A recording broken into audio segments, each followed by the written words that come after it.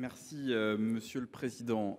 Amendement identique donc pour supprimer les alinéas 4 à 6 sur la définition de l'espace urbanisé, dont nous avons bien vu lors de nos débats tout à l'heure avant l'article 1er que c'était le flou intégral. Je pense que les uns les autres, nous pouvons essayer de mettre les meilleures lunettes de vue pour corriger tout cela. Cela ne sera jamais net. Et quand j'entends les auteurs de la proposition de loi et les défenseurs de ce texte nous expliquer qu'ils poursuivent un objectif de simplification, de clarification, c'est bien tout l'inverse qui est produit en particulier avec ces deux alinéas. Moi aussi, j'ai rencontré comme vous beaucoup d'élus sur ce sujet. Ce qu'ils attendent, c'est de la clarté, de la sécurité juridique. C'est tout l'inverse que nous produisons avec, encore une fois, ces deux alinéas et bien d'autres dispositions de ce texte, avec, au-delà de l'insécurité juridique, des coûts supplémentaires pour les collectivités, pour les élus, qui nous ont dit, c'est particulièrement vrai en Bretagne où le travail a été très largement engagé, ne nous conduisez pas à défaire ce que nous avons fait.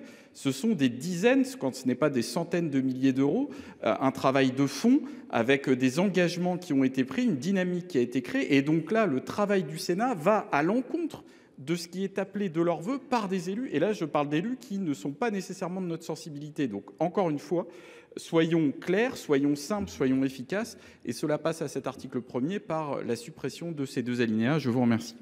Merci. Amendement 136 rectifié du gouvernement, Monsieur le Ministre. Oui, avec cet article 136, cet amendement, je vous propose d'intégrer c'est de répondre à des questions, une définition juridique souple, mais sécurisante des espaces urbanisés, tout ça dans les principes généraux du Code de l'urbanisme. La jurisprudence donne une idée précise, souple de cette notion, mais au vu de nos échanges et des travaux de la commission, j'ai compris l'intérêt de consolider la notion d'espace urbanisé dans les principes généraux du Code de l'urbanisme. Il est essentiel d'en faire une écriture, je l'ai dit tout à l'heure dans mon intervention, fondée sur un faisceau d'indices et qui permette une appréciation à une échelle très fine, afin que les collectivités aient une souplesse que vous souhaitez d'appropriation et une définition sécurisante juridiquement. En effet, la mesure des espaces urbanisés se fait dans la maille de la subdivision fiscale qui est plus petite, je voudrais le préciser ici, que la parcelle. Or, bien que j'en comprenne l'intention, l'écriture proposée par la Commission pose plusieurs difficultés. Premièrement, la définition proposée par la Commission est pour l'instant, je crois, trop rigide et trop proche d'une notion secteur déjà urbanisé, propre à la loi littorale et qui concerne une échelle plus large. Il est évidemment préférable de densifier, je l'ai dit tout à l'heure, au sein de l'enveloppe urbaine et d'éviter l'étalement urbain. Tout le monde en convient. Mais cela ne veut pas dire que ça se fera sans condition sur la nature des dents creuses qui s'apprécient au cas par cas. Enfin, je ne peux pas soutenir la disparition complète de la notion d'artificialisation qui s'appuie sur les fonctions des sols. Très important, ça a été évoqué, la qualité des sols, les fonctions des sols.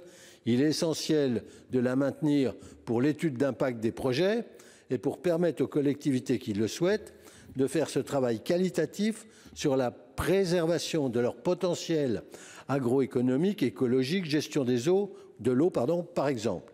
Et donc, je vous propose une définition plus souple des espaces urbanisés afin de sécuriser les collectivités sans rigidifier l'appréciation d'un phénomène qui dépend en réalité et qui varie selon les territoires.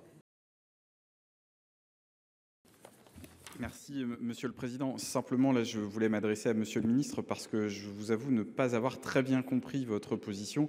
Au début de notre discussion, vous disiez que nous n'étions pas là pour parler du Code de l'urbanisme. Vous en avez beaucoup parlé dans vos propos. Et en l'occurrence, à travers l'amendement 136, nous retenons quand même que la rédaction qui est proposée est de nature à beaucoup de choses, sauf à sécuriser les élus, parce que le faisceau d'indices, vous le reconnaissez vous-même, les élus peuvent l'utiliser, mais en définitive, ce sont bien les services de l'État qui, en dernier ressort, donnent des avis, et souvent, là encore une fois, contradictoires dans un même département, Donc vous êtes ministre de la décentralisation, vous faites confiance aux élus locaux, vous en êtes vous-même un, mais pour autant, avec la définition que vous proposez et ce fameux faisceau d'indices, vous redonnez le pouvoir en dernier ressort aux administrations déconcentrées de l'État et pas aux élus locaux, sans apporter de clarification. Et donc ça pose quand même beaucoup plus de questions que ça n'apporte de réponses de notre point de vue. Je vous remercie.